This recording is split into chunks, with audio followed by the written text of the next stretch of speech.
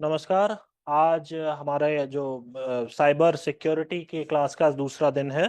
और हमने कल की क्लास में साइबर सिक्योरिटी की और बाकी बहुत सारे जो एसेंशियल टर्म्स हैं उनकी डेफिनेशन लिख ली थी। तो उसी क्रम में हम आज आगे बढ़ेंगे और अभी डेफिनेशंस ही लिखनी है। उसके बाद फिर देखेंगे क्या सामने आता है। हेडिंग डालिए डीप फेक। डीप फेक, देखिए, डीप फेक एक ऐसी टेक्नोलॉजी है जिसे हम एआई डीप लर्निंग टेक्नोलॉजी भी कहते हैं, जिससे ऐसी चीजों को क्रिएट किया जाता है जो एक्चुअली एग्जिस्ट नहीं करती हैं। ठीक है, जो चीज रियल लाइफ में है नहीं उसको क्रिएट करके विद अ मेलिशियस इंटेंशन। ठीक है, कोई बहुत गुडविल नहीं होती है, गुड इंटेंशन नहीं होता है, एक खराब मंतव्य के साथ कोई चीज क्रिएट की जाए ताकि समाज में किसी तरीके से मतलब जिसे कहीं अशांति फैलाई जा सकती हो, र्यूमर्स क्रिएट की जा सकती हो, जो एक पीस एंड ट्रैंक्विलिटी का जो माहौल चल रहा है उसको दूषित किया जा सकता हो। तो ऐसा बहुत सारी चीजें होती हैं। इसमें इकोनॉमिक ऑफेंसेस भी किए जाते हैं डीप फेक के माध्यम से। जैसे फेस रिकॉग्निशन जो हमारे फोन में और सारे इलेक्ट्रॉनिक डिवाइसेस में है, तो डीप फेक के थ्रू वो फेस रिकॉग्निशन में भी प्रॉब्लम आ रही है। ठीक है, फेस रिकॉग्निशन टेक्नोलॉजी वैसे भी कोई बहुत ज्यादा रिलायबल नहीं है, क्योंकि जो आइडेंटिकल ट्विन्स होते हैं उसमें भी वो कभी कभी गच्चा खा जाती है, धोखा खा जाती है। और एक बार हुआ था कि ये जो पुलिस इस सॉफ्टवेयर को यूज करती है, तो ऐसे बहुत से लोगों को आइडेंटिफाई कर लिया था सॉफ्टवेयर ने, जो एक्चुअली मौका वारदात पर मौजूद ही नहीं थे। कारण क्योंकि उन सबके दाढ़ी थी। तो मैं भी डर गया था ये वाली न्यूज सुन के कि ऐसे दाढ़ी नहीं रखनी चाहिए। तो खैर मैं तो बच गया अभी तक, मगर ऐसा हो जाता है। दूसरी चीज है, एक बहुत बड़ी समस्या है, दैट इज सेलिब्रिटी पोर्नोग्राफी। इसमें लेकर के जो हमारे जो जो सेलिब्रिटीज हैं, जो बड़े स्तरों पर जो हैं, जिनका स्टारडम है, जिनका एक अपना फैन बेस है, उनकी छवि को धूमिल करना और ऐसा दिखाना कि ये जो है ये इमोरल एक्ट्स में इंडल्ज्ड है, ताकि किसी तरीके से भी उनका जो ओवरऑल, देखिए हर व्यक्ति की अपनी रोजी रोटी होती है। सेलिब्रिटीज की रोजी रोटी का बहुत एसेंशियल पार्ट है कि वो प्रिवेसी का कम जरा ध्यान रखें और वो अपनी चीजों को सामने लेकर के आते हैं। उनकी डेली लाइफ, वो कहाँ कब कहाँ जा रहे हैं, वो जिम भी जा रहे हैं तो उनके साथ पेपराजी संग संग चलते हैं, उनकी फोटो खींचते हैं ना, वो ठीक है, वो उनका पैसा कमाने का एक पूरा एक सिस्टम है। अब वहीं से फुटेज को निकाल करके और उसमें ये डीप फेक टेक्नोलॉजी को लगा करके कुछ अपने मन मर्जी से कुछ भी क्रिएट कर देना, तो ये तो बहुत मतलब समझ रहे हैं ना, ये इमोरल भी है और बहुत ज्यादा खतरनाक है। इंसान की सोशल लाइफ तो इससे इम्पेक्ट होती ही है खास, और इसके अलावा उसकी जो जैसे हम कहते हैं साइकोलॉजिकल हेल्थ होती है, मेंटल हेल्थ होती है, उस पर भी बहुत बुरा इसका असर पड़ता है। अगर इंसान उस चीज को हैंडल ना कर पाए मेंटली, तो वो मतलब समझ लीजिए वो सुसाइडल थॉट्स तक उसके दिमाग में आने लग जाते हैं जब किसी की इस तरीके से छवि खराब की जाती है। तो डीप फेक एक बहुत अपने आप में समस्या है।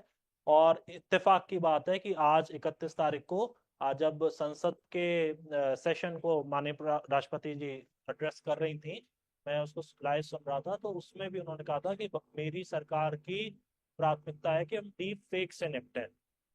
ठीक है, मेरी सरकार तो वो तो एक बोलने का तरीका है, अदरवाइज सरकार उनकी नहीं है।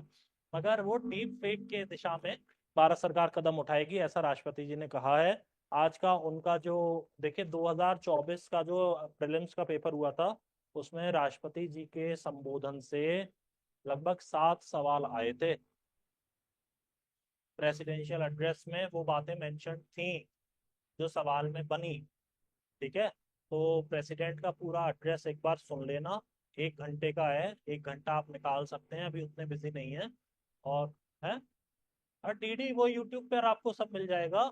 बल्कि प्रेसिडेंट की जो ऑफिशियल वेबसाइट पर जाएंगे तो वहां से उसका पीडीएफ भी मिल जाएगा, तो उसे भी पढ़ डालो।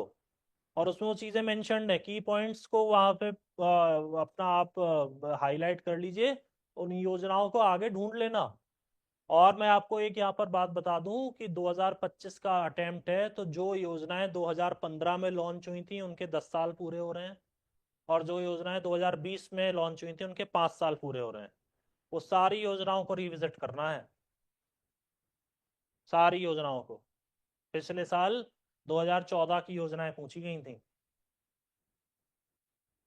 चल रही है ना, वो सरकार तो बदली नहीं है, तो इसलिए अब 2015 की योजनाएं पूछी जा सकती हैं, 2020 की पूछी जा सकती हैं। 10 और 5 साल का उनका जो कालखंड है वो पूरा हो रहा है। इसी के साथ सरदार पटेल की 150वीं जन्म जयंती का साल है, और भगवान बिरसा मुंडा के 150 साल पूरे हो रहे हैं। श्यामा प्रसाद मुखर्जी के 125 साल पूरे हो रहे हैं। तो इन लोगों के बारे में जरा पढ़ लेना। ये जो साल होते हैं ना, 100 साल, 75 साल, 125 साल, तो हाँ, लाला लाजपत राय जी का है, तो वो उनका तो खैर मेंशन उन्होंने, हालांकि आप पढ़ लेना। और अटल जी के 100 साल पूरे हुए हैं, तो अटल जी से डायरेक्ट उनके ऊपर सवाल ना आए तो उनके टेन्योर पर सवाल आ सकता है, जिसमें न्यूक्लियर डील भी शामिल है। ऑलराइट, डीप फेक में लिखना शुरू करते हैं।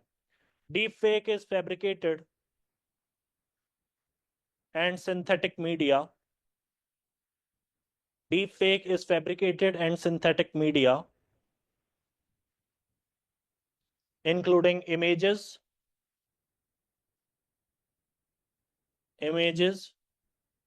GIFs, videos and audios, images, GIFs, videos and audios that are generated। अभी ये स्टिकर बनाने वाली, जैसे व्हाट्सएप पर और उस पे बहुत सी आप देखना ऐप मिल जाती है प्ले स्टोर पर, वो किसी का भी स्टिकर बन जाता है। इससे भी तो प्राइवेसी ब्रीच होती है, इंसान को पता ही नहीं है उसके कौन सी फोटो का स्टिकर क्रिएट कर दिया गया, और चल पड़ा भाई वो, और वो बहुत सक्सेसफुल हो गया, सब लोग उसे आपस में भेज रहे हैं। तो स्टिकर तो, ये तो कोई अच्छी बात नहीं है। ठीक है, तो देखिए, जिस समय टेक्नोलॉजी बनी थी, वो चीज़ों को आसान बनाने के लिए की थी, मगर मुझे लग रहा है उसने चीज़ों को और ज़्यादा कॉम्प्लिकेटेड और डिफिकल्ट बना दिया है। हमारे यहाँ फ़ोन नहीं था, लोग चिट्ठियां लिखते थे, उनमें आपस में आत्मीयता थी, चिट्ठियों का इंतजार रहता था। आज हम बस एक फ़ोन कॉल की दूरी पर हैं, और हम महीनों हो जाते हैं किसी से बात नहीं करते। ठीक है, तो ये स्थितियां हैं। इंसान मतलब जिंदा रहते हुए बहुत से लोग हमें बुलाते रह जाते हैं, हम उनसे मिलते नहीं हैं। वो मरते हैं तो हम उसी दिन सबसे पहले पहुंच जाते हैं एज अ फर्स्ट रिस्पॉन्डर, की हमसे ज्यादा का कोई सगा नहीं था। ये भी हमारे सबसे ज्यादा सगे थे, अब मर गए, छोड़ के हमें चले गए, है ना। तो ये मिथ्यापूर्ण जीवन है basically. We all acting like a very good actor, और हम लोग तमाशा कर रहे हैं अपने जीवन को लेकर के, और उसी में से ही ये सब शामिल है। क्योंकि सोशल मीडिया का जितना मिसयूज हुआ है, जितने लोगों ने अपनी जान गंवाई है, जितना उनकी प्राइवेसी ब्रीच हुई है, मुझे लगता है it is a loss beyond repair. कभी पूरा नहीं कर सकते हैं, क्योंकि जिस इंसान की मानसिक जो चेतना पर जितना उसका नेगेटिव इम्पैक्ट पड़ता है, वो तो उसको ठीक नहीं किया जा सकता है। देखिए, audios that are generated using AI deep learning technology, that are generated using AI deep learning technology,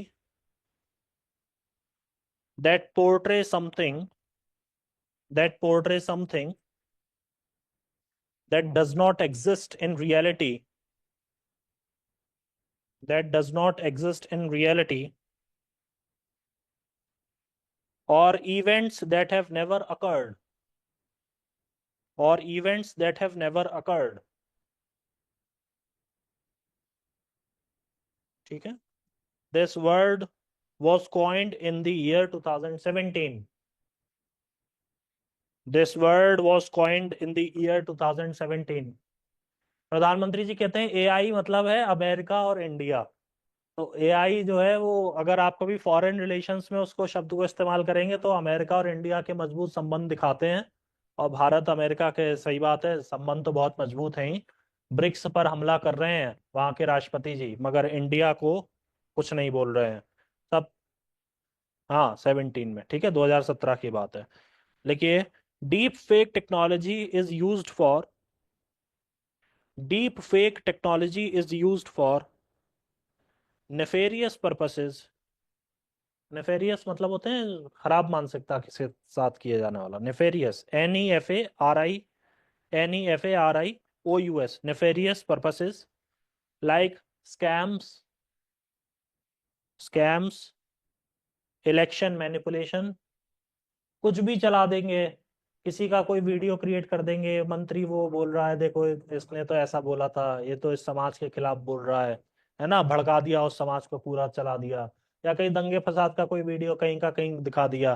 देखो आग तो एक ही जैसी लगती है, अब कहीं किसी देश में आग लगी उसे यहाँ पे दिखा दिया, पीछे से उसमें ऑडियो सेट कर दिया लोकल भाषा का, तो सुनने में ऐसा लग रहा है भगदड़ मच रही है, सब लोग वहीं की भाषा में, तो ये तो अरे ये तो कहाँ का बंगाल का वीडियो है, ये तो यूपी का वीडियो है। असल में वो वीडियो होगा कहीं का मिडिल ईस्ट का होगा, बम फट रहे हैं, कुछ हो रहा है, और लोग देखते नहीं है। इतना तो विवेक हर किसी में नहीं है ना, पढ़ाई लिखाई बेहद कम है। तो क्या होता है फिर वोट वाले दिन पता चलता है उसका असर, या तो गए नहीं वोट डालने के लिए, गए तो सरकार बदल गई तो हाँ, इससे संभलना चाहिए। Election manipulation, comma celebrity pornography, celebrity pornography, comma financial fraud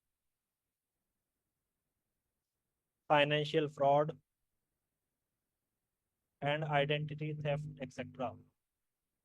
And identity theft, etc. देखिए in India deepfakes are dealt with, in India deepfakes are dealt with under relevant provisions of the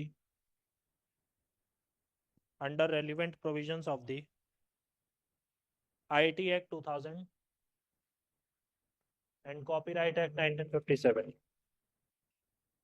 Relevant provisions of the IT Act, IT means information technology है, income tax मत लिख लेना, information technology act 2000 and copyright act 1957।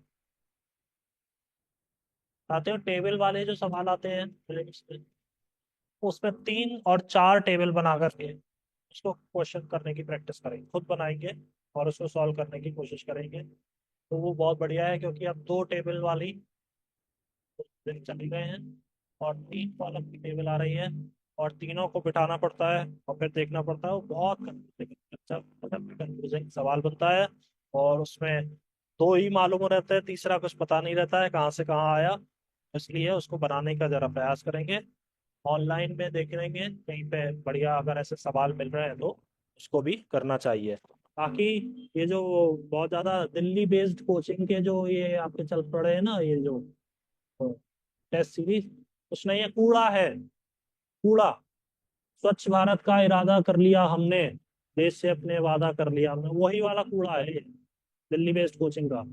कुछ पूछ रहे कि तुम्हें tension इतनी हो जाएगी, एग्जाम हॉल में जाओगे कुछ और ही आता है ना। अगर उनका दिमाग उस दर्जे का होता तो उनका पेपर चल जाता, ये बात है।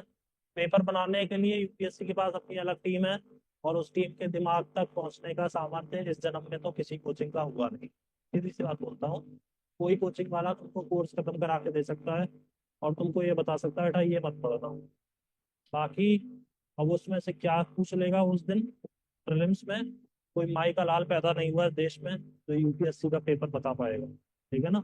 अब बोलते तो सब है, पूरे साल बोलते हैं, और जिस दिन पेपर आता है उस दिन शाम को उनका कोई वीडियो नहीं आता है, फिर उनके चैनल पे हफ्ता भर तक वीडियो नहीं डालते हैं, क्योंकि इस हद तक घायल हो चुके होते हैं ना कि अभी थोड़ा सा विद्ध हो गए, जैसे लगता है तीर खा करके गिर गया है, वो वाली स्थिति हो जाती है।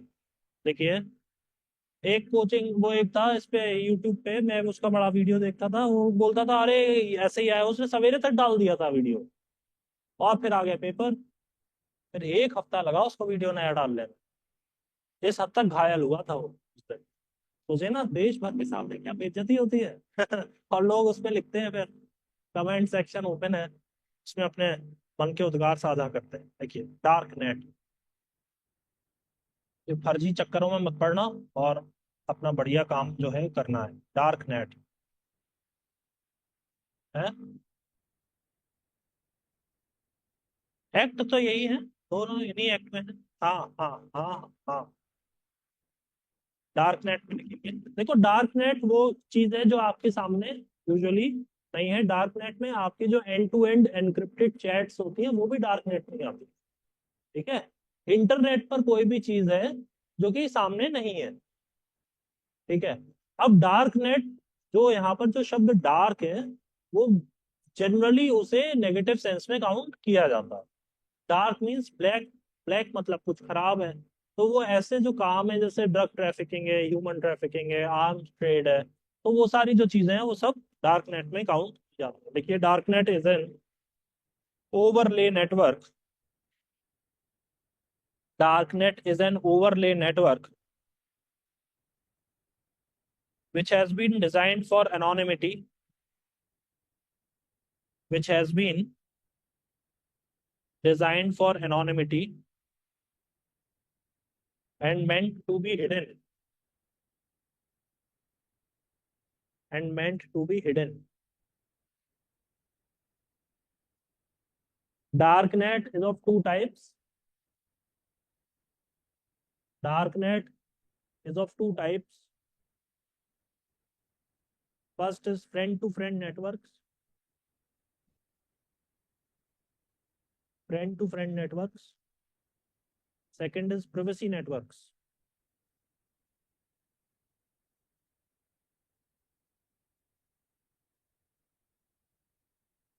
A darknet cannot be accessed from ordinary browsers.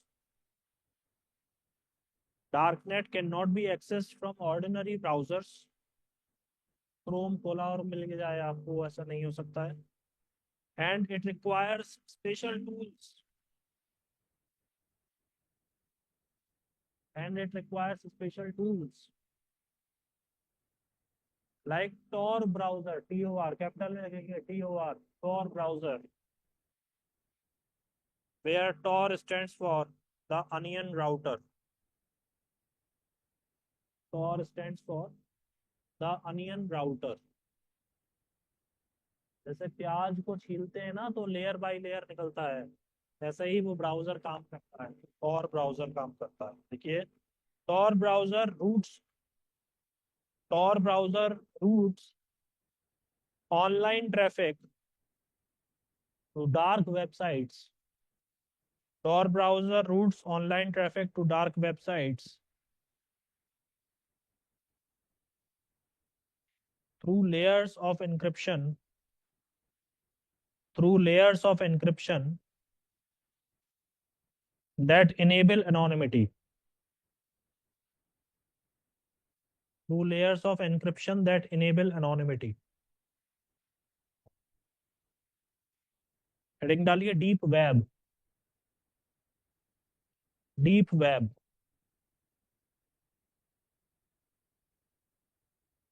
देखिए, इंटरनेट पर जो डेटा अवेलेबल है उसका 99% डेटा डीप वेब ही है। ठीक है, सब कुछ छुपा हुआ है और वो उन्हीं लोगों को दिखता है जो जिनके पास उसका मीन्स एक्सेस होता है या होना चाहिए भी। और उसके अलावा बेसिकली डीप इसलिए भी है क्योंकि वो ऐसी जानकारियां हैं जो हर किसी के मतलब की नहीं। जैसे आपकी बैंक डिटेल्स या आपके खाते में कितना पैसा है, वो भी सब ऑनलाइन आप देखिए। ऑनलाइन पासबुक आती है, जैसे आजकल एप्स होती हैं, फोन बैंक की एप्स होती है ना, PNB की है, SBI सबकी है, सबने अपनी बना रखी है। वो इंटरनेट आप ओपन करेंगे तो मतलब क्या है कि डेटा तो नेट पर अवेलेबल है, मगर वो आप ही को मिलेगा, हर कोई नहीं देख सकता ना उसको, है। इन्फिनिट मतलब,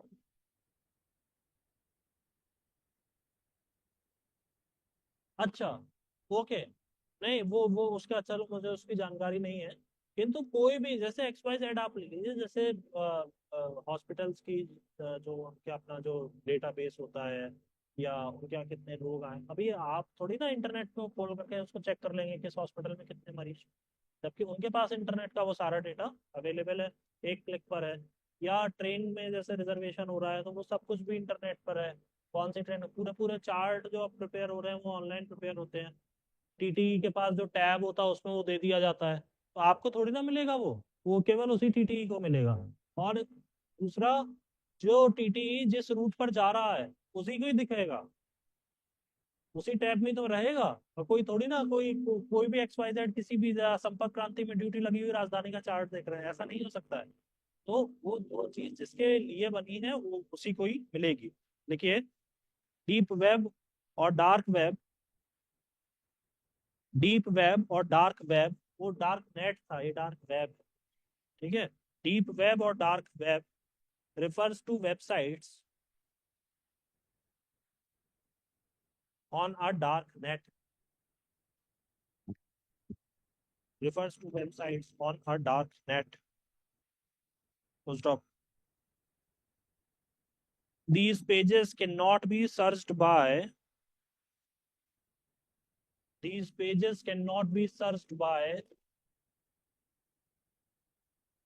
normal search engines without appropriate permissions.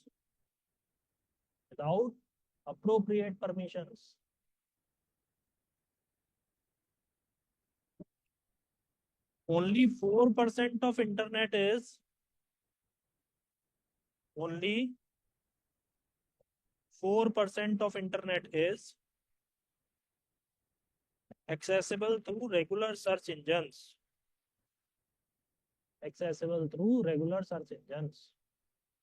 और आपको पता है 85% जो डेटा अवेलेबल है इंटरनेट पर वो क्रिमिनल टेंडेंसी का डेटा है। किसी भी तरीके के कोई भी इलिसिट एक्टिविटी का रिलेटेड डेटा है 85-80% समझ लीजिए। किस हद तक क्राइम है, वेबसाइट चल रही हैं वो केवल और केवल वो क्राइम को बढ़ावा देकर के चल रही हैं। वो पैसा कमा रहे हैं तो उसी से ही कमा रहे हैं। ठीक है, एक अभिनेत्री हैं, उनके पति जेल गए थे, जेल यात्रा करके आए, फिर वो मास्क लगा के घूमते थे, है ना। तो ऐसे कर्म करो ही क्यों जो मास्क लगाने की नौबत आए जीवन काल में अपने। ठीक है, वो काम करना ही नहीं है।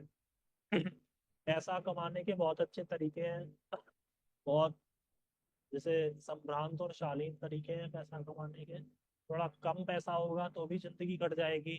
मैं समझता हूँ जेल गए, बदनामी हुई, जग हंसाई हुई और पैसा कमा लिया तो क्या वो कहलाए? मूर्ख कहलाए, अपराधी भी कहलाए। लिखिए, it is called surface web. वो जो 4% है, 4% के लिए हम कह रहे हैं it is called surface web. लिख लो भैया, surface web. Stop. The remaining 96% is deep web.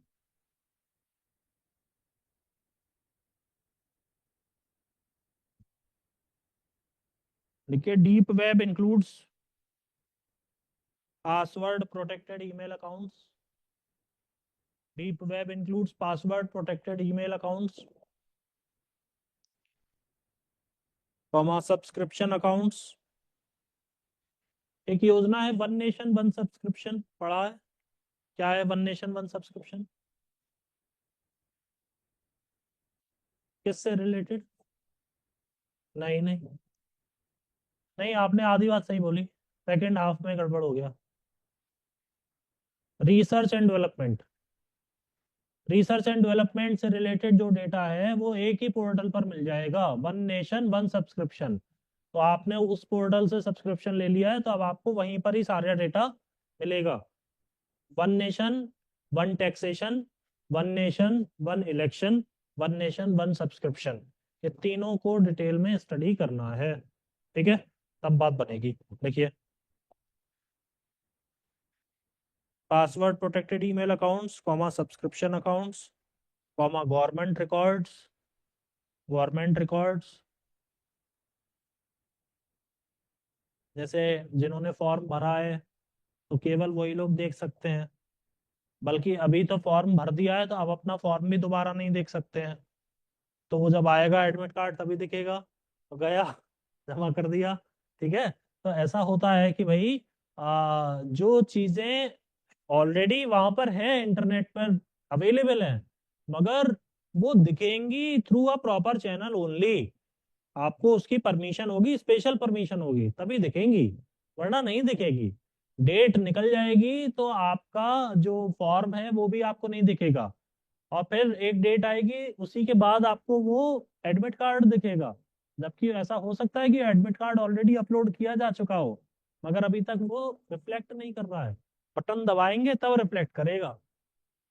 ठीक है, तो कोई ऐसा थोड़ी ना उसी वक्त ही डाला जाता है। जो चीजें जो उसमें सारे ऑप्शंस रहते हैं वेबसाइट में। क्या चीज है, जैसे हमारे यहाँ यूट्यूब है, अब यूट्यूब के चैनल पर सारे वीडियो जाते हैं, ये भी जाएगा जो मैं बोल रहा हूँ, मगर ये पब्लिकली रिफ्लेक्ट होगा कि नहीं होगा वो बटन दबाएंगे तब होगा, वरना वो सब वहाँ डला हुआ है।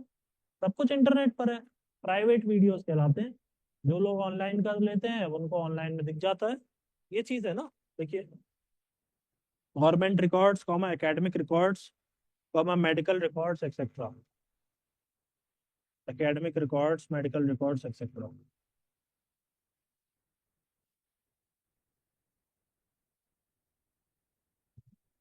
ये हेडिंग डालिए, डेटा लोकलाइजेशन। डेटा लोकलाइजेशन, देखिए, it is a legal requirement. It is a legal requirement in certain countries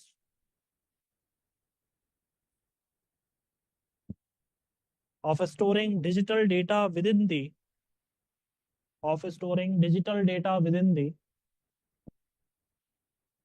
physical boundary of that country. Digital data within the physical boundary of that country.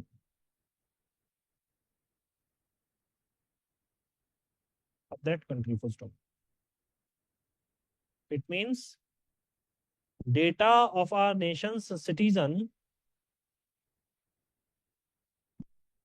It means that the data of our nation's citizens be collected,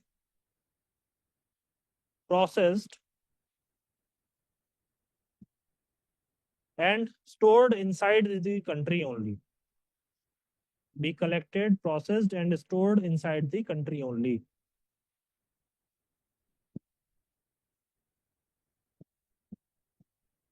Stored, processed, stored inside the country only. Collected, processed, and stored है। Heading डालिए,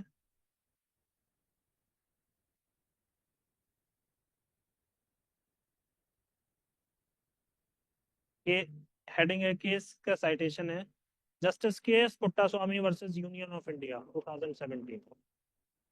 justice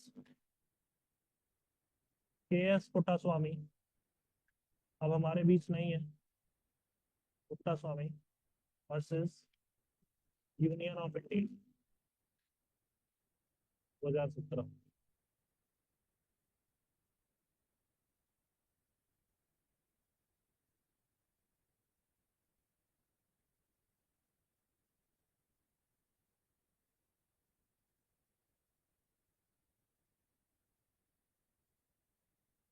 data देखिए, जो cloud होता है ना, उसको वहीं पर ही बनाना चाहिए। जो मशीन्स जो सेट की जाएंगी जहाँ पर सारा जितना डेटा स्टोर्ड हो रहा है, वो उस कंट्री के अंदर के जितना आईपी एड्रेस है, उससे जो भी डेटा जनरेट हुआ है वो सब विद इन द कंट्री उसे वो किया जाए, स्टोर किया जाए।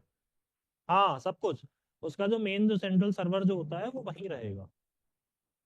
हाँ, ऐसा क्यों इसलिए है क्योंकि कहीं मैंने कहा ना, दूसरे देश में करा, वहां पे वॉर कंडीशंस हो गई और डेटा हो सकता है। दूसरी बात है, अब वहां से वो डेटा को कुछ टेम्परिंग करते हैं, बेच दें।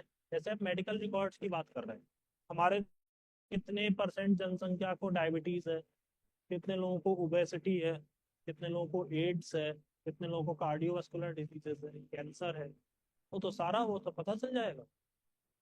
तो क्यों पता चलना चाहिए? ठीक है। या फोन नंबर है, या हमारे आधार की डिटेल्स है, जो भी कुछ है। अब वो कहीं बाहर है तो वहाँ पे क्या चल रहा है, बेच दिया उठा करके। इंसान की ईमान का वैसे ही भरोसा नहीं है। हाँ, डेटा टेम्परिंग तो हमेशा ही हो रही है, हमेशा हो रही है। ये तो आप सोचा ही मत कि नहीं हो रही।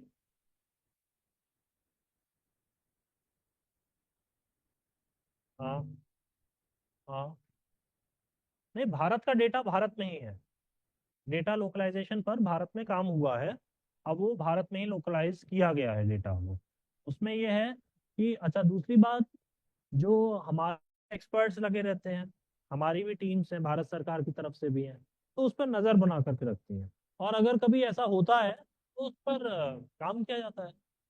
जैसे अकाउंट्स को सस्पेंड कर देना है, ठीक है, जबरदस्ती में किसी का भी कोई भी अकाउंट उठा करके सस्पेंड कर दिया, या किसी पर किसी तरीके के रोक लगा दी गई, या डेटा का जो है वो उठा करके, या उसकी जो फोटोज है वो सर्कुलेट होने लग गई।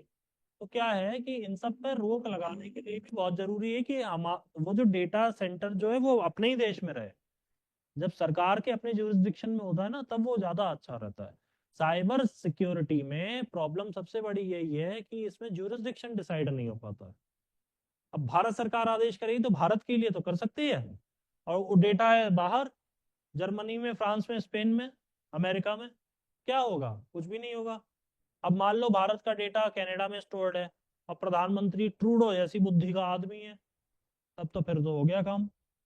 ठीक है, तो समझना चाहिए। या भगवान ना करे पाकिस्तान डेटा लोकलाइज्ड हो, तब तो गड़बड़ी हो जाएगी। ये स्थिति है। तो डेटा, भारत जैसे भूभाग का इतना बड़ा देश है, 140 करोड़ जो पॉपुलेशन है, हमारे यहाँ इंटरनेट और मोबाइल का इतना काम है, जरूरी है कि वो यहीं पर ही रहे, बाहर ना जाए। ठीक, देखिए, इन जुलाई 2017, the Honorable Supreme Court of India, in its landmark judgment in the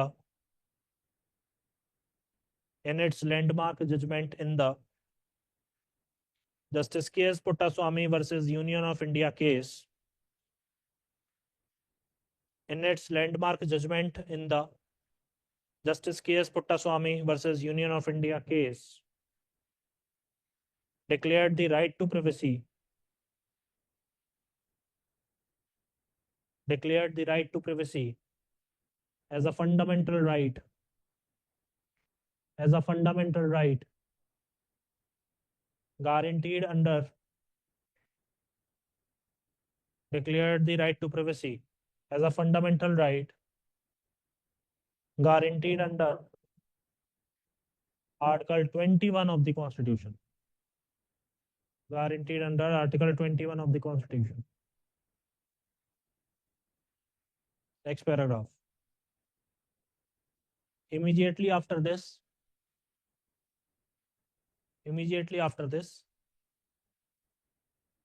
the government of India appointed Justice B.N. Shri Krishna Committee. Government of India appointed Justice B.N. Shri Krishna Committee. कुंभ पर जो UP सरकार ने judicial panel का गठन किया है, आपने news देखी है? आज वो कमेटी प्रयागराज पहुंच गई है, उन्होंने जांच शुरू कर दी है कि भाई मौनी अमावस्या की सुबह भगदड़ मची कैसे। भगदड़ मची तो पुलिस क्या कर रही थी, प्रशासन क्या कर रहा था, किसकी गलती है? गलती तो अभी देखना निकल कर आएगी, पब्लिक की आएगी, मगर फिर भी काम तो कर ही रहे हैं ना। ये होता है। वैसे तो देखो, जनता की गलती होती है, इतनी पब्लिक को कोई नहीं, और इतना भगदड़ मचा देते हैं ना, जरा सा एरिया होता है। अब पूरे दिन की तिथि है, तिथि कोई है ना, भाई मुहूर्त, अब तिथि होती है, अतिथि में भी मुहूर्त निकाल लेते हैं। और कुछ पंडित बहुत कि अभी इतने बजे का ये तो शुभ मुहूर्त है, अब इतने बजे भद्रा लग जाएगी, और तो वो गड़बड़ हो जाता है, फिर पुलिस उसमें नहीं संभलती है।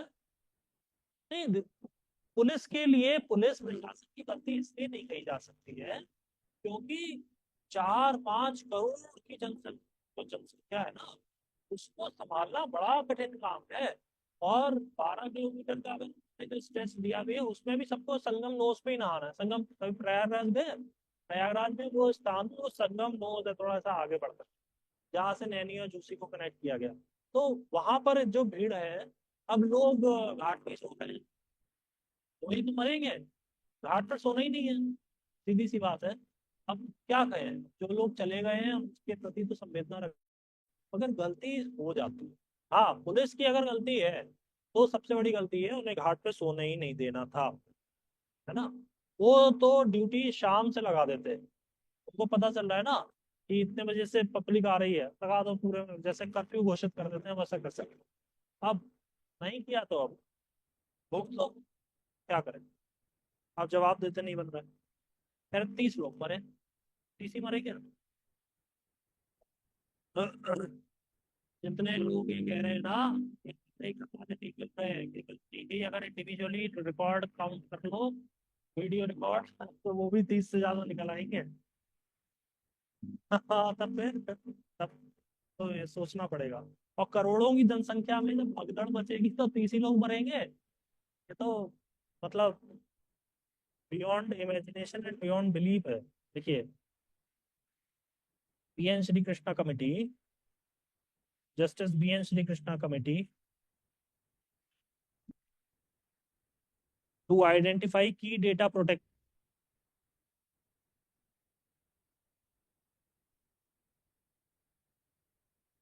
Service.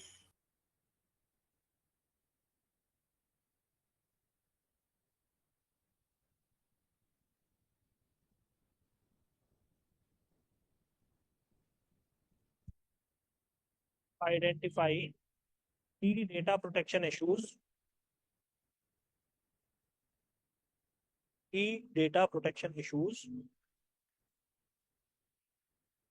In India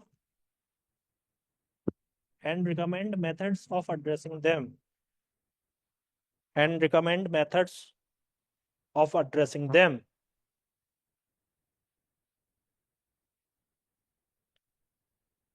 Thus, in July 2018, the government came up with the draft Personal Data Protection Bill. Thus, in 2018, the government came up with the draft Personal Data Protection Bill.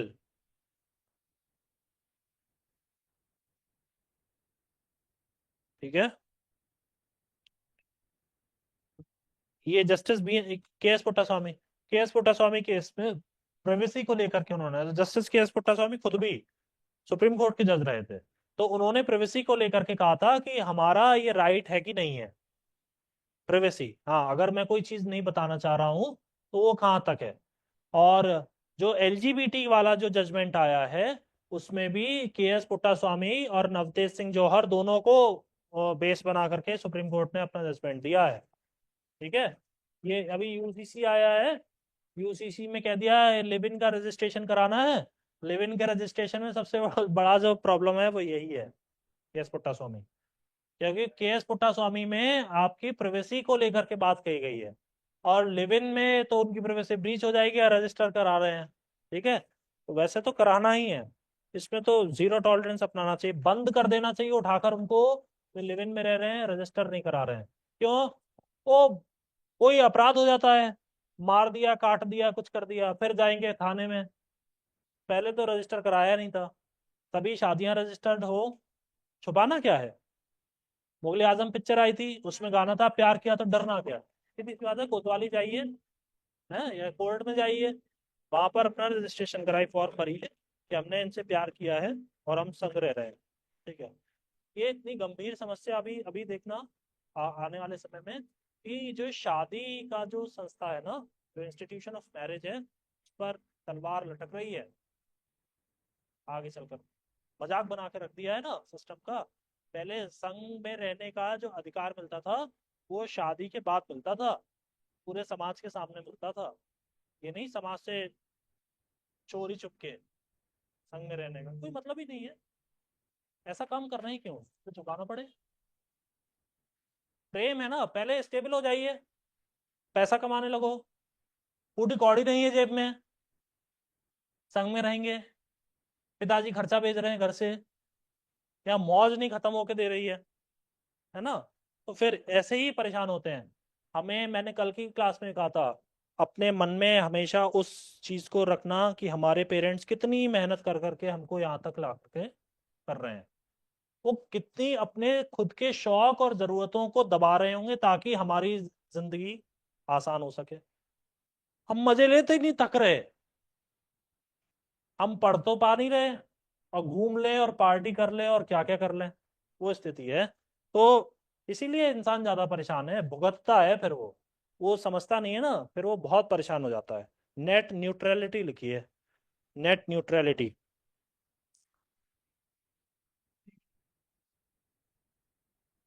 मुझे क्या पता, मुझे कोई अनुभव नहीं है उसका। कह रहे हैं कि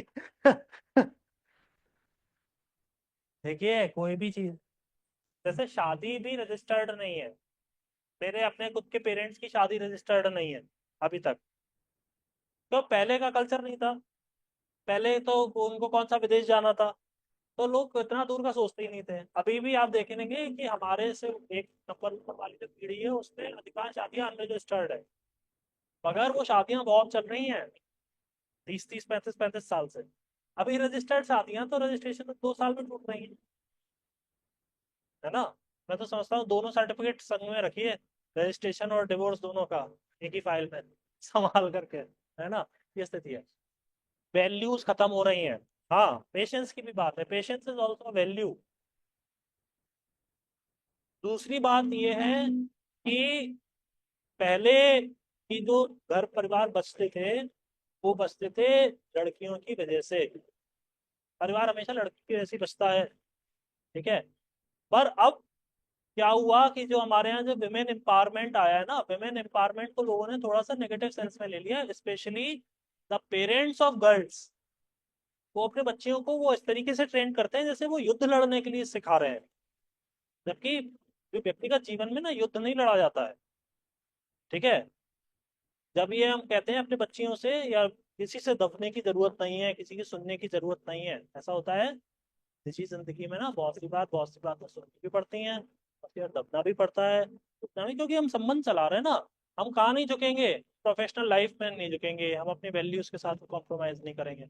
ये तो नहीं कोई कह रहा कि आप अपराध सहेंगे, डोमेस्टिक वायलेंस मत सहिए, मगर छोटी छोटी बातों पर जब परिवार टूटते हैं तो बेकार है। इसका मतलब है कि वैल्यूज कहीं ना कहीं से गलत की जा रही है, और उस पर बहुत काम करना है। सुप्रीम कोर्ट खुद परेशान है डिवोर्स के जिस हद तक, और खास तौर पर लव मैरिज में।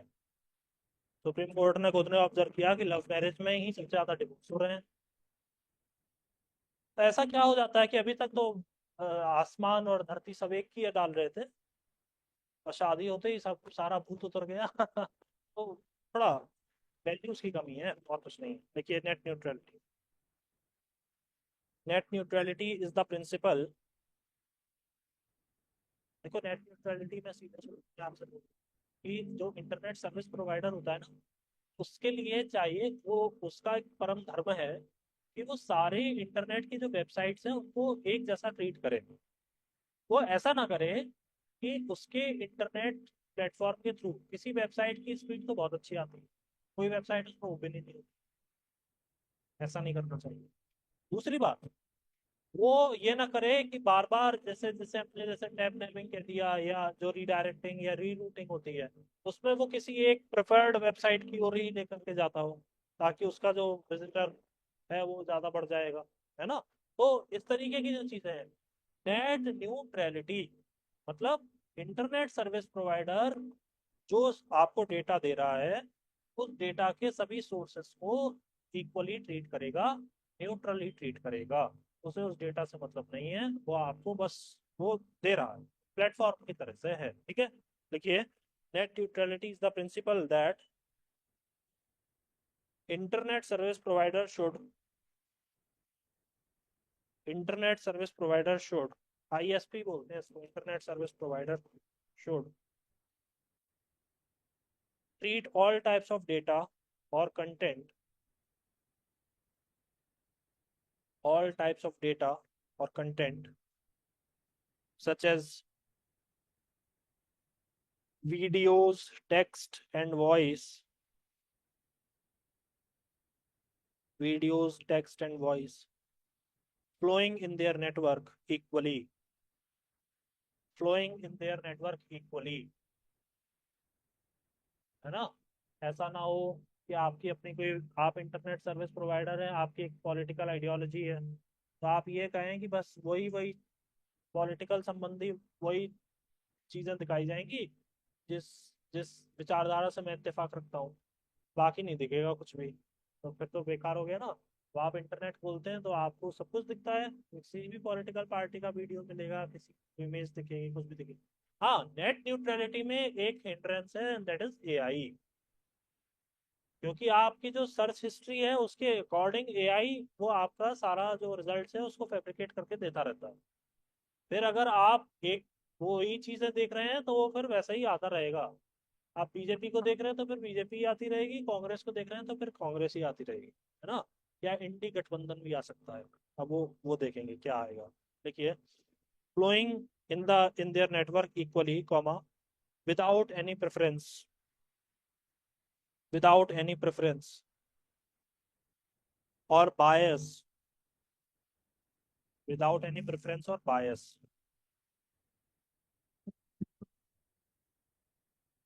देखिए next paragraph, this means that the ISPs, this means that ISPs should not be able to, should not be able to block or slow down, block or slow down particular websites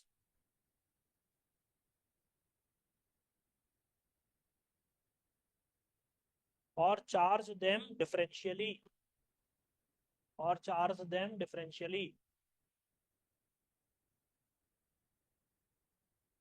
Full stop. Net neutrality provides a level playing field. Net neutrality provides a level playing field to all and promotes innovation, and promotes innovation. Innovation. Innovation के क्षेत्र में सबसे बड़ी जो advisory body है, जो हमारे PM को एडवाइस करती है, उसका क्या नाम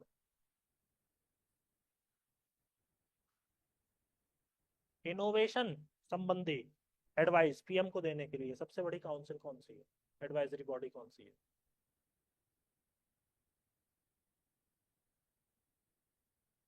वो मिनिस्ट्री नहीं है बस, और नीति आयोग भी नहीं। It is prime minister science technology and innovation advisory council, PM STEAC, science technology and innovation advisory council. और प्रिंसिपल साइंटिफिक एडवाइजर होता है भारत सरकार में, PM का साइंटिफिक एडवाइजर होता है वो बताते हैं कि साहब ऐसा ऐसा कर लो। गजब के होते हैं हमारे यहाँ कुछ पोजीशंस हैं वो हमें पता ही नहीं चलती हैं, जैसे chief mathematician of India, chief statistician of India, है ना। ये सब पोजीशंस होती हैं। और ये कोई वो नहीं है कि IAS वगैरह नहीं होते हैं, हो भी नहीं सकता, IAS हो भी नहीं सकता पहली बार। वो तो एक्सपर्ट होता है, वो स्टैटिस्टिक्स का ऐसा जानकार होता है कि वो सब कुछ वो पूरा समझ बता देगा, ठीक है ना।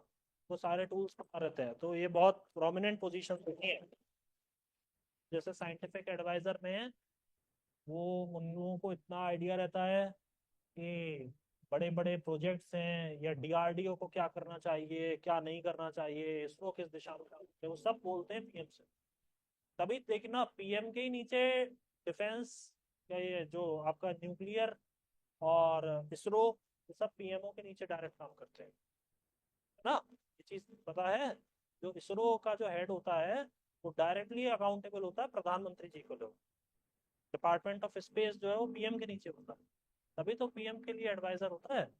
PM को एडवाइस देने वाले लोग इतने जबरदस्त होते हैं कि उनकी बात सुन के समझने के लिए भी विशेष बुद्धि चाहिए, हर किसी के बस की नहीं है। इसीलिए हर कोई बन भी नहीं पा रहा है PM, वर्षों से मेहनत कर रहे हैं, क्योंकि वो बुद्धि चाहिए उस दर्जे की। तो वो लोग बोलेंगे तो वो उसको उसको प्रोसेस भी करना होगा, वरना तो उड़ जाएगा कंपार्ट, ये जो है ना, ऊपर चला जाएगा। लिखिए, telecom regulatory authority of India, telecom regulatory authority of India ensures net neutrality.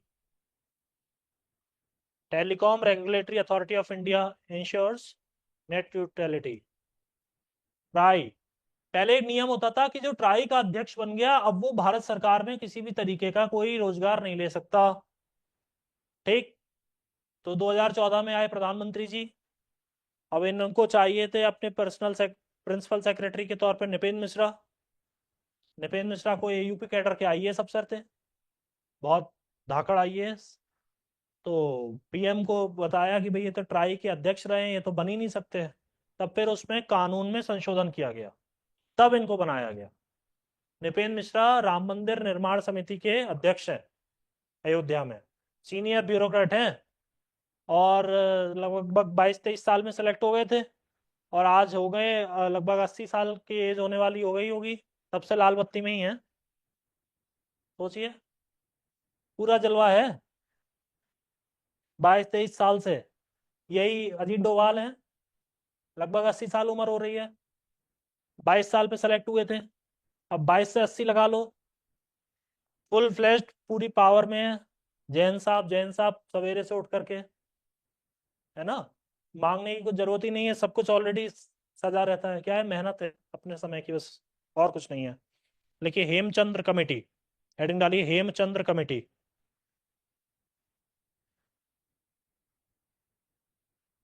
Hemchandra committee.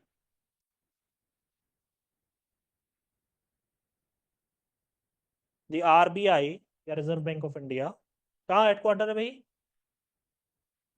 RBI का हेडक्वार्टर कहाँ है? मुंबई में है। जिस भी बैंक के आगे ऑफ इंडिया लगा रहता है उसका हेडक्वार्टर मुंबई में होता है। The reserve bank of India in February 2017, February 2017 set up an interdisciplinary standing committee। Discipline क्या होता है? सब्जेक्ट होता है। कभी आप कॉलेज वगैरह में जब पढ़े तो आपने डिसिप्लिन शब्द सुना। तो जब भी हम इंटर डिसिप्लिनरी बोलते हैं तो इसका मतलब होता है दो या अलग अलग विषयों को एक साथ लेकर के आया जा रहा है, जो जिनका नेचर आप बिल्कुल अलग अलग है। तो इंटर डिसिप्लिनरी कमेटी बनाई जाती है, एक ऐसी कमेटी जिसमें अलग अलग सब्जेक्ट के एक्सपर्ट्स को बिठाया गया है। डिसिप्लिन का मतलब होता है सब्जेक्ट या स्ट्रीम या ब्रांच, इसको ध्यान रखना। ये वो वाला डिसिप्लिन नहीं है जिसमें हम अक्सर लैग कर जाते हैं, वो डिसिप्लिन अलग है, उसे अनुशासन बोलते हैं। यहाँ पर विषय होता है। देखिए, set up an interdisciplinary standing committee on cyber security under Shrimati Meena Hemchandra.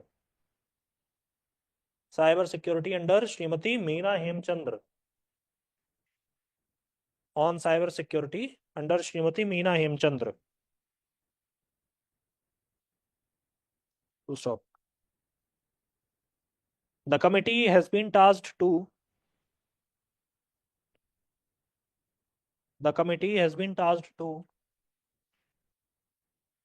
कोई कहेगा आरबीआई गवर्नर जो है रिपोर्ट करता है फाइनेंस मिनिस्ट्री को। गलत है। आरबीआई गवर्नर फाइनेंस मिनिस्ट्री को रिपोर्ट नहीं करता है। आरबीआई गवर्नर मॉनेटरी पॉलिसी को देखता है, उसका अपना काम है, करेंसी को छाप के देना है। बस वो फाइनेंस मिनिस्ट्री से इसलिए बात करता रहता है क्योंकि आरबीआई भी देश का ही पार्ट है, वो भी देश की तरक्की चाहता है, और सरकार भी देश की तरक्की चाहती है, इसलिए दोनों लोग मिलकर के काम करते हैं, आपस में लड़ ना लें, इसलिए मिलते हैं। अगर अब वो मंत्री जी हैं तो वो तो जाएंगे नहीं, तो यही अक्सर जाते हैं क्योंकि ये ब्यूरोक्रेट रहे हैं, वो आदत भी पड़ जाती है। अदरवाइज कोई ये कह दे कि ये इनके जूनियर हैं, ऐसा कुछ नहीं है। उर्जित पटेल थे, उन्होंने मना कर दिया था, लड़ाई हो गई थी चलती मीटिंग में। पीएम इतना नाराज हो गए थे कि उनके मुंह से शब्द निकल गया था कि आप सांप की तरह फन रख के बैठे हुए हैं फंड के ऊपर। उन्होंने इस्तीफा दे दिया था पद से। फंड होता है आरबीआई के पास। आरबीआई का फंड क्या होता है? भाई आरबीआई ने आपको 200 रुपए का नोट दिया, छाप के दिया, उसको छापने में तो 200 रुपए की लागत नहीं आई, मगर वैल्यू आरबीआई के पास 200 आ गई।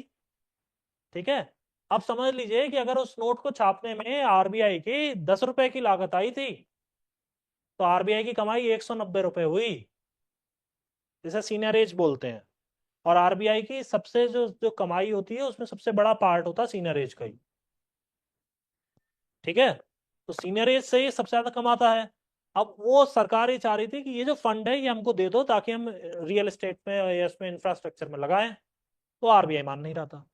2000 का नोट लाने का सबसे बड़ा कारण था कि हमें इंफ्रास्ट्रक्चर बिल्डिंग के लिए पैसे की जरूरत है, और जो ये टीयर 5 और टीयर 6 सिटीज तक हमें जो डिजिटल पेमेंट का इंफ्रास्ट्रक्चर क्रिएट करना है ना, उसके लिए भी आरबीआई को पैसा चाहिए था, तब 2000 का नोट लाया गया था। लोगों को कुछ नहीं मालूम है, वो बोलते हैं। बोलो, सवेरे से उठे हैं, सूरज उगा है, चलो कुछ बोलते हैं। फिर कहते हैं ये 200 का क्यों ले आए हो, ये क्यों ले आए हो। देखो 2000 का लाए, कमाई कर ली, पैसा इन्वेस्ट कर दिया, बंद कर दिया, है ना। डिमोनेटाइज नहीं किया, कॉल दे दी, वापस बुला लिया। डिमोनेटाइज कर देते तो झटका ही खा जाते फिर तो बहुत सारे लोग, है ना, उनका 2000 भी बस। लिखिए, committee has been tasked to, first point लिखेंगे, review the threats inherent in the,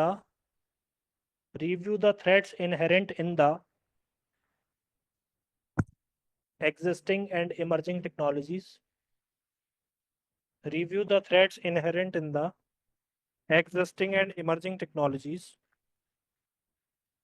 Second, study adoption of various security standards. Study adoption of various security standards or protocols. Third, interface with stakeholders. Standards या protocols. Third point is interface with stakeholders. Next, suggest appropriate policy intervention.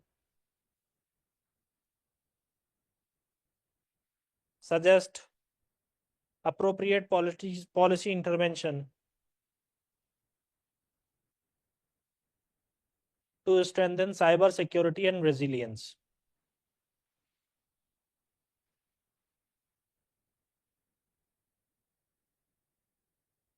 To strengthen cyber security and resilience.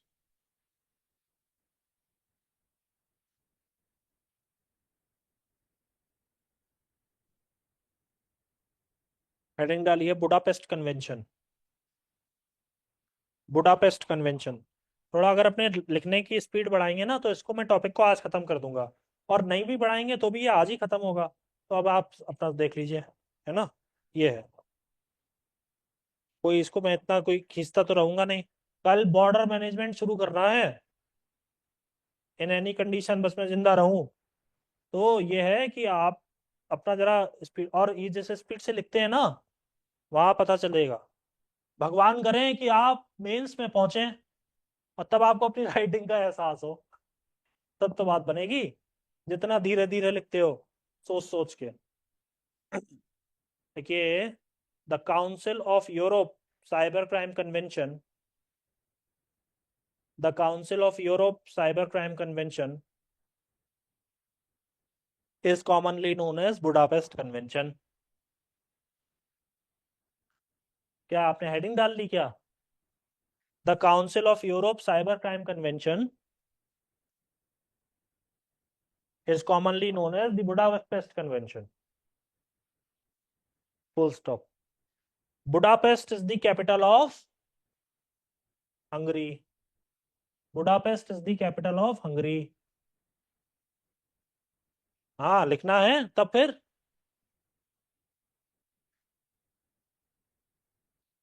This convention was open for, Marrakesh agreement है। Marrakesh कहाँ का, कौन से देश में Marrakesh? हाँ देख लो, कौन से कॉन्टिनेंट में है मराकेश?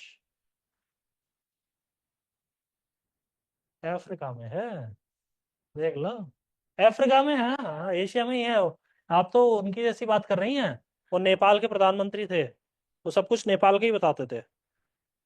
हाँ, खड़ग प्रसाद शर्मा ओली। देखिए, this convention was open for signature in 2001। This convention was open for signature in 2001 and came into force in 2004.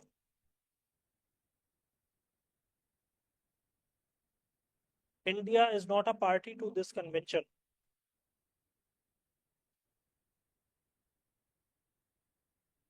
Is not a party to this convention. देखिए, नेक्स्ट पैराग्राफ में लिखेंगे, Budapest convention is the sole legally binding international treaty. Budapest Convention is the sole legally binding international treaty on cybercrime.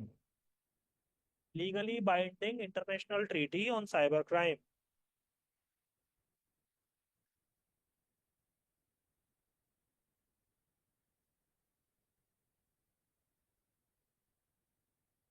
It guides signatory countries.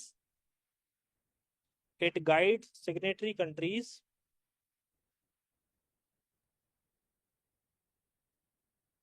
upon national legislation against cybercrime, upon national legislations against cybercrime, and for international cooperation. And for international cooperation.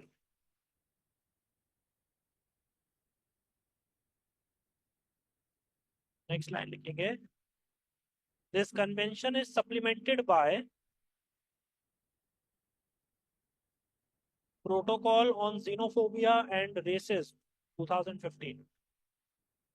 Is supplemented by Protocol on Xenophobia, the XENO, XENOPHOBIA, Xenophobia, XENOPHOBIA, Xenophobia and Racism 2015.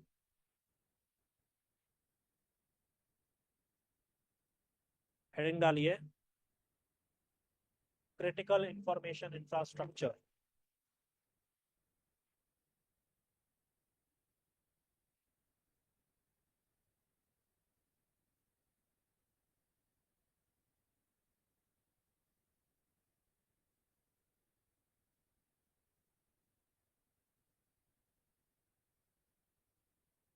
ये the information technology act 2000. The Information Technology Act 2000 defines critical information infrastructure. Defines critical information infrastructure as a computer resource. As a computer resource. हमारे जो sir थे ना दिल्ली में, तो वो ना ऊपर नहीं देखते थे. उनको पता नहीं क्या प्रॉब्लम थी. हम लोगों की शक्ल या तो उनको पसंद नहीं आती थी, तो वो बस नीचे ऐसे देखते रहते थे. और ये सिस्टम था कि वो यहाँ लिखते थे तो वो पीछे रिफ्लेक्ट करता था. वो उस मशीन थी कैमरा में, ठीक है. तो उनको मतलब ही नहीं था सामने देखने का. और वो अपना बोलते जा रहे हैं, बोलते जा रहे हैं, और हम लिख रहे हैं, नहीं लिख रहे हैं. हम क्या कर रहे हैं उनको रत्ती भर अंतर नहीं आता था उनके जीवन में. और उन्होंने 3 घंटा बोला, कॉफी बंद, और चले गए. अब वो आता था, फिर चपरासी आता था, उसको सब सेट करेगा, क्या क्या करेगा. स्थिति ऐसी हो गई हमारी हफ्ते भर में. तो अगर मैं अपनी पर्सनली कहूँ, 10 दिन में मैं तो धुआंसा हो गया. मैंने कहा मैं अपना देहरादून से आया दिल्ली, और मुझे तो यहाँ को समझ में ही नहीं आ रहा साहब, क्या करें. तो दिल्ली यूनिवर्सिटी के 1-2 बच्चे थे, और उनके साथ समस्या ये थी, उनको सारी चीजें आती तो हैं, मगर उनको सब मैथमेटिकली आता है. जैसे गरीबी कैसे हटेगी, तो उसको वो मैथ्स की इक्वेशन के तौर पर सिखाते हैं. तभी तो हटा नहीं पा रहे हैं, है ना. ये जो इसीलिए तो नहीं हटा पा रहे हैं, वो गणित का सवाल समझ के सॉल्व करते हैं, जबकि यूपीएससी मांगता है शब्दों में. तो बहुत प्रॉब्लम आ गई. तब फिर वो एक लड़की थी, वो जेएनयू की थी. तो वो उसमें वो जेएनयू से बहुत अच्छी कुछ पढ़ाई कर रही थी, मालूम नहीं क्या है. तो वो उसने समझाया, तब जाकर के मेरे पल्ले. फिर मैंने सर से वक्त मांगा. वक्त मांगना पड़ता है टीचर से, ऐसे थोड़ी ना मिलेंगे. तो वो बहुत ऊंचे हैं, तो टीचर से वक्त मांगना पड़ता है. फिर मिला मुझे वक्त, 5 मिनट मिले हैं सर से बात करने के लिए. तब सर से बात की, तब फिर उन्होंने समझाया कि ऐसे ऐसे होता है, धीरे धीरे आने लगेगा. आ गया, पता नहीं कब आया, समझ में आ गया, है ना. तो ये स्थिति है. जब मैं कहता हूँ आप लोग, जब लिखने की आपकी प्रैक्टिस देखता हूँ, तो मुझे लगता है हम लोग तो खैर वो नहीं है. हमें तो यहाँ से सब दिख रहा है, कौन लिख रहा है क्या नहीं लिख रहा है. कभी आपको सीट पर बैठ के ऐसा लगता होगा हम कुछ भी कर रहे हैं, हमें दिख नहीं रहा है. असल में यहाँ सब दिख रहा होता है. ये तो हम लोगों की अपनी मर्यादा है कि हम कुछ बोलते नहीं है. खास तौर पर लड़कियों से तो वैसे ही नहीं बोलना है ना. तो ये चीज रखते हैं, अपनी मर्यादा बना करके रखते हैं, वरना तो यहाँ से सब कुछ दिखता है. एक बार एक लड़का वो देख रहा था, फीफा देख रहा था बैठ करके. वो बताइए, या तो बेटा हमें अंधा मान लो, तो अंधे हैं, सूरदास खड़े हैं सामने, है ना. तो सूरदास तो होना ही में. सब दिखता है। अब मैं कुछ बोला नहीं कि चलो उसे फीफा फीवर चढ़ा हुआ है, मेरे पास गोली नहीं है, मैं क्या करूं, उसको फीवर है तो क्या कर सकते हैं। लेकिन critical information infrastructure as a computer resource, comma, the incapacitation of which, incapacitation माने उसको अगर गड़बड़ कर दिया जाए तो, the incapacitation of which shall have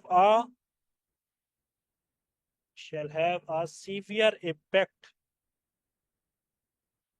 incapacitation of which shall have a severe impact on national security,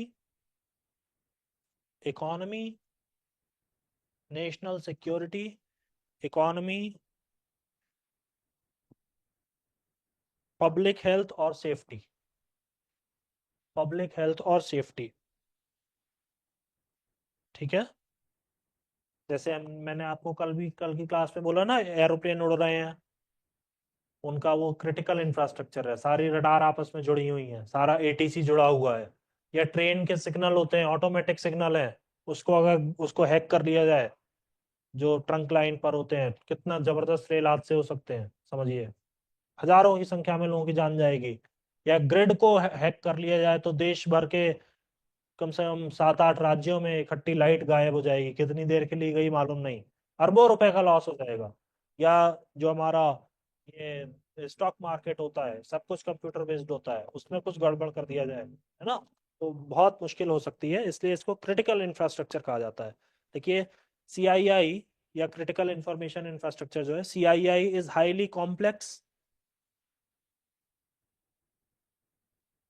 and interconnected resource, is highly complex and interconnected resource. The central government has power under IT Act 2000.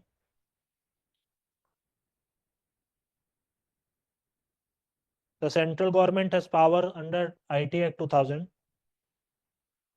to declare any data or IT network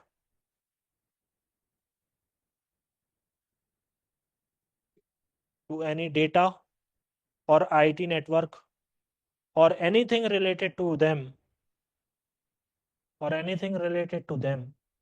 as critical information infrastructure. Any data, comma, IT network or anything related to them as critical information infrastructure. Bharat सरकार पे शक्ति है कि वो किसी भी ऐसी चीज को क्रिटिकल इंफॉर्मेशन इंफ्रास्ट्रक्चर डिक्लेयर कर सकती है in order to protect it, so that the security, economy and the overall growth and wellbeing of our country must be ensured. देखिए, any person who secures access, any person who secures access or attempts to secure access or attempts to secure access, any person who secures access, ACCESS है access, or attempts to secure access to a protected system can be punished with a jail term of up to 10 years. Can be punished with a jail term of up to 10 years. Maximum 10 साल की सजा उसे दी जा सकती है। 3 साल तक की सजा अगर होती है तो तत्काल जमानत मिल जाती है, 3 साल से ऊपर जमानत वो होगी तो हाई कोर्ट से जमानत लेनी पड़ती है। ठीक है, ये ध्यान रखना। और जेल की जो रात होती है वो बड़ी भारी होती है। ठीक है ना, एक ही कंबल मिलता है, उसको बिछा लो या ओढ़ लो, और एक ही प्लेट होती है, उसमें खाना खाना होता है, जो अच्छा खाना दिया जाएगा वही करेंगे। और जो जेल में ऑलरेडी जो बंद होते हैं वो जानवर बन चुके होते हैं, तो एक समझ लीजिए एक संभ्रांत नागरिक को बंद करते देते हैं जानवरों के बीच में, उसकी क्या हालत होगी, और उसको बेल कब मिलेगी मालूम नहीं है। एनडीपीएस का जब मैंने आपको ऑर्गेनाइज क्राइम में बताया था, एनडीपीएस में बेल नहीं मिलती आसानी से, कहो महीनों के लिए बंद है, कई सालों के लिए बंद है, 10-10 साल के लिए बंद हो जाते हैं, पड़े अंडर ट्रायल है। अभी तो सजा मिली नहीं, सजा तो अब मिलेगी, तब फिर वो उस दिन से काउंट होगा। अभी तो अंडर ट्रायल भी बंद है, वो 5 साल से बंद है, 3 साल से बंद है, पैसा नहीं है वकील करने का, और जो सरकारी वकील होता है वो कुछ करता नहीं है। ये स्थिति है ना, तो राष्ट्रपति जी ने कहा था, चीफ जस्टिस बैठे थे सामने, संविधान दिवस उन कितने 26 नवंबर को मंगा देते हैं ना। हाँ, तब बोला था उन्होंने कि लड़ लेते हैं छोटी छोटी बातों पर, जेल चले गए, अब जमानत कराने का पैसा नहीं है, स्थिति इतनी खराब है। पेटी ऑफेंसेस में बंद हैं जेलों में, कितने लोग हैं। अगर वो पेटी ऑफेंसेस वालों को बाहर निकाल लिया जाए तो कितनी जेल में जगह हो जाएगी। हम जेल नहीं बनाने की सोच रहे हैं, हम ये नहीं सोच रहे कि हम कैसे करके अपराध को कम करें। नई जेल बनाने से क्या होगा? मतलब हम रूम क्रिएट कर रहे हैं और अपराधियों के लिए। और आराम से रहो बेटा। है, देखिए, हेडिंग डालिए, NTRO। हाँ,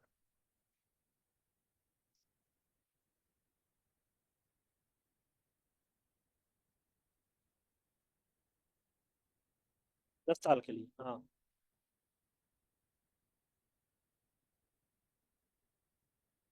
क्रेडेंशियल कहाँ है?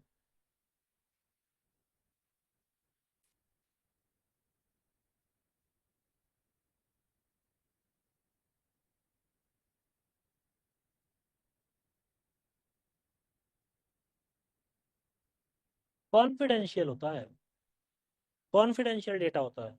हाँ हाँ हाँ। नहीं नहीं, देखिए, क्रिटिकल डेटा और कॉन्फिडेंशियल डेटा में ये, critical data is available in the public domain, confidential data is not available in the public domain. दोनों नेशनल सिक्योरिटी के लिए जरूरी हैं, मगर वो तो आपको पता ही नहीं है। देखिए, कॉन्फिडेंशियल डेटा अगर आपको पता लग गया है, तब तो लंबा इंतजाम हो गया आपका, समझिए। तब तो जेल जाएंगे, और कहीं तो परम धाम जाएंगे। वो सिक्योरिटी एजेंसी ठीक सेट कर देती हैं, उसमें तो कोई लफड़ा ही नहीं है, रॉ लग जाएगी पीछे आपके। क्योंकि अगर आपको कुछ ऐसा गृह मंत्रालय की कोई फाइल मिल गई है या कुछ कर दिया है तुमने, जो पता लगा लिया है, उठा के ले जाएंगे वो अपने संग। वो तो उसको तो छोड़ दो। Critical information is available in the public domain, बस ये है, उसको टेम्परिंग नहीं कर सकते। अगर आपने उसको टेम्पर करने की कोशिश की तो 10 साल तक की कैद है। कॉन्फिडेंशियल डेटा अगर आपको पता लग गया है और आपने उसको लीक आउट कर दिया, जैसे भारत सरकार के किसी से क्या अंदर बातचीत चल रही है, या शास्त्री जी वाली फाइल है ना, अंदर क्या, अंदर तो गृह मंत्रालय में तो बहुत कुछ है, रक्षा मंत्रालय में कौन सी डील हुई है, उसमें क्या लिखा है, मंत्री की नोटिंग क्या है, वो सब पता लग जाएगा। तो जेल जाओगे। जेल नहीं जाओगे तो वहां जाओगे जहाँ सबको जाना है। वो तो सेट कर देती है सिक्योरिटी एजेंसीज। जीरो टॉलरेंस है, जीरो टॉलरेंस है। क्योंकि आपको, आपके लिए जो मस्खरी है ना, जो हंसी मजाक लग रहा है, उससे तो देश का सब कुछ लॉस हो जाएगा। कितनी डील्स टूट जाएंगी, कितने ट्रीटीज जो है वो सब सब खंडित हो जाएगा। MOU हमारे साइंड है, वो सब खत्म हो जाएगा। देखिए, NTRO, national technical research organisation, NTRO, NTRO।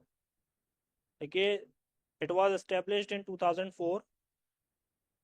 हाँ, it was established in 2004 under the cabinet secretariat, under the cabinet secretariat. Delhi में जाएंगे तो उसको सेंट्रल सेक्रेटेरिएट या केंद्रीय सचिवालय बोलते हैं। ठीक है, cabinet secretariat. And reports to the national security adviser, and reports to the national security adviser, NSA, जो अभी अजीत डोभाल साहब बने हुए हैं। Reports to the national security adviser, full stop. एक दिन एक आदमी आया गाड़ी लेकर के, और उसने गाड़ी टक्कर मार दी अजीत डोभाल साहब के घर में, गेट में। उनको टर्मिनेट कर दिया गया सिक्योरिटी फोर्सेस को। ये तुमने फायर क्यों नहीं किया? तुम क्या मुंह ताक रहे थे खड़े खड़े? तो बढ़िया है ना। हमें ऐसे लोगों को सर्विस पे रखना ही नहीं है। अरे ये अभी चुप रहे, कल को तो सामने से अटैक हो जाता तो भी वो चुपचाप खड़े रहते। तो क्या मुंह ताकने के लिए है क्या? तुमको ट्रेनिंग किस लिए दी थी? अभी घर बैठो। अगर ट्रेंड जवानी गोली नहीं चलाएगा तो और कौन चलाएगा? सीधी सी बात है। अब फिर, अब वो लाया घूमता फिरता, और उसको भी पता नहीं क्या लगा कि उसने गाड़ी मार दी उसमें गेट में। फिर जेल गया तो कह रहा मेरा तो कोई इंटेंशन नहीं था। तो क्या इंटेंशन था भैया? अगर ऐसा इंटेंशन नहीं था तो? हम्म? देखिए, एक दिन अपने यहाँ राष्ट्रपति जी आ रहे थे, प्रणब मुखर्जी साहब थे, तो जॉली ग्रांट से हस्बैंड वाइफ बाइक के साथ साथ दौड़ाने लग गए। अरे, खड़े हो जाओ 2 मिनट, उनको निकल जाने दो। 2 मिनट ही लगते हैं उनको निकलने में, ज्यादा टाइम नहीं, उनकी स्पीड इतनी ज्यादा होती है, वो मैच भी नहीं कर, मगर वो मैच करने लगा। अब राष्ट्रपति की गाड़ी के साथ आप अपनी स्कूटी दौड़ाएं, और उनका तो कुछ नहीं जाएगा, देखो वो तो निकल जाएंगे, तुम गिर जाओगे, मर जाओगे, और कुछ नहीं। वो तो उनकी गाड़ियां ऐसी रहती हैं, उनके ट्रेन ड्राइवर्स होते हैं, और निकाल के ले जाएंगे, रुकेंगे भी नहीं तुम्हारे लिए, फिजूल काम नहीं करने सड़क पे। देखिए, NTRO is a specialised agency in satellite communication, cyber security, specialized agency in satellite communication, cyber security, cryptographic systems, cryptographic systems, comma, remote sensing,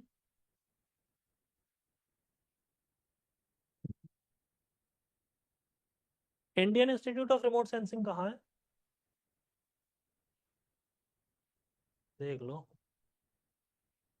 Indian institute of remote sensing कहाँ है, आईआईआरएस कहाँ है, देहरादून में नहीं है, अब फिर देख लो।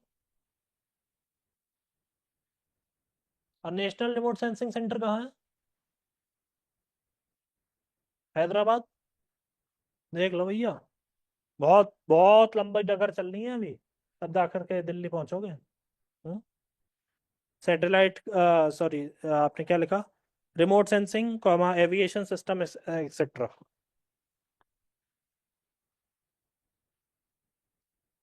NTRO supervises NCIIPC, NTRO supervises NCIIPC, capital में लिखेंगे NCIIPC, which protects the critical information infrastructure of India.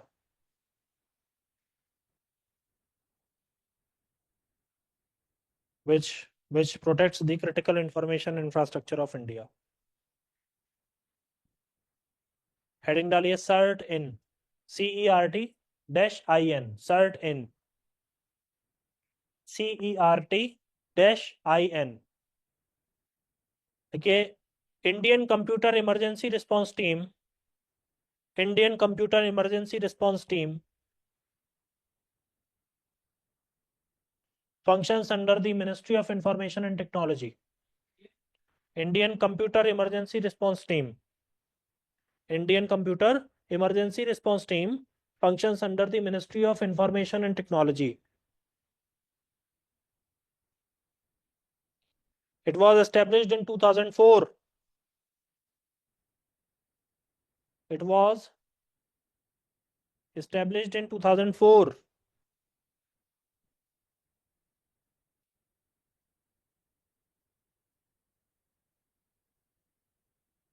And it is the nodal agency for cyber security. And it is the nodal agency for cyber security. Last heading डाली है chapter की, Indian cyber crime coordination centre I4C, Indian cyber crime coordination centre I4C, 4 में digit है 4, I4C, 4 बार C आ रहा है ना, इसलिए उसे I4C बोलते हैं, Indian cyber crime coordination centre. देखिए, it was established in 2018 and set up in 2020 under the Ministry of Home Affairs. Established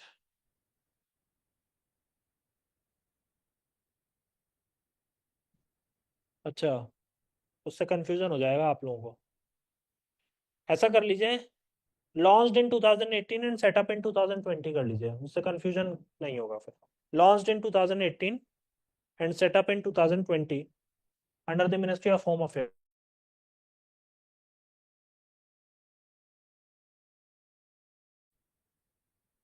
देखिए, its objective is to provide a platform for law enforcement agencies Its objective is to provide a platform for law enforcement agencies to coordinate and share. Okay, I'm repeating. Its objective is to provide a platform for law enforcement agencies to coordinate and share information on cybercrime investigation, coordinate and share information on cybercrime investigation, comma, intelligence sharing,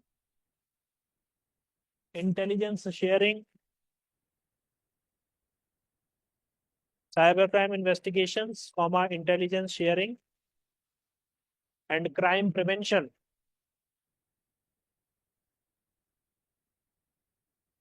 देखिए I4C coordinates with agencies like CBI, NIA, CERT-In, etc. I4C coordinates with agencies like CBI, NIA, CERT-In, etc. NIA, national investigation agency, जो बम धमाके की जांच करती है.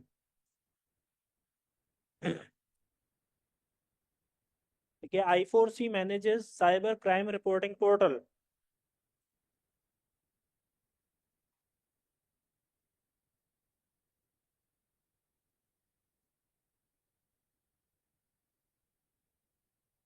It comes under National Security Council Secretariat.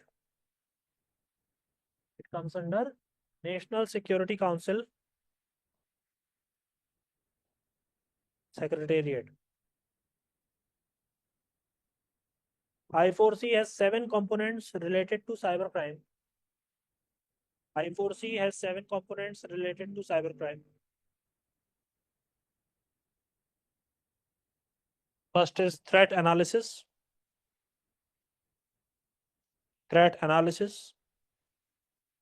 Second, cybercrime reporting. Threat analysis, then cybercrime reporting. Third is training.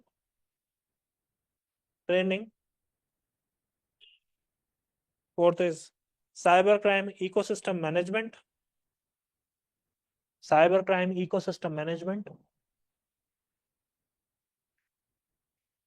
Fifth is research and innovation.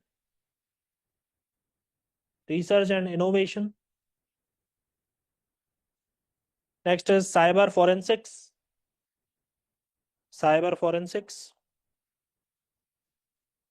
And last is joint cybercrime investigation.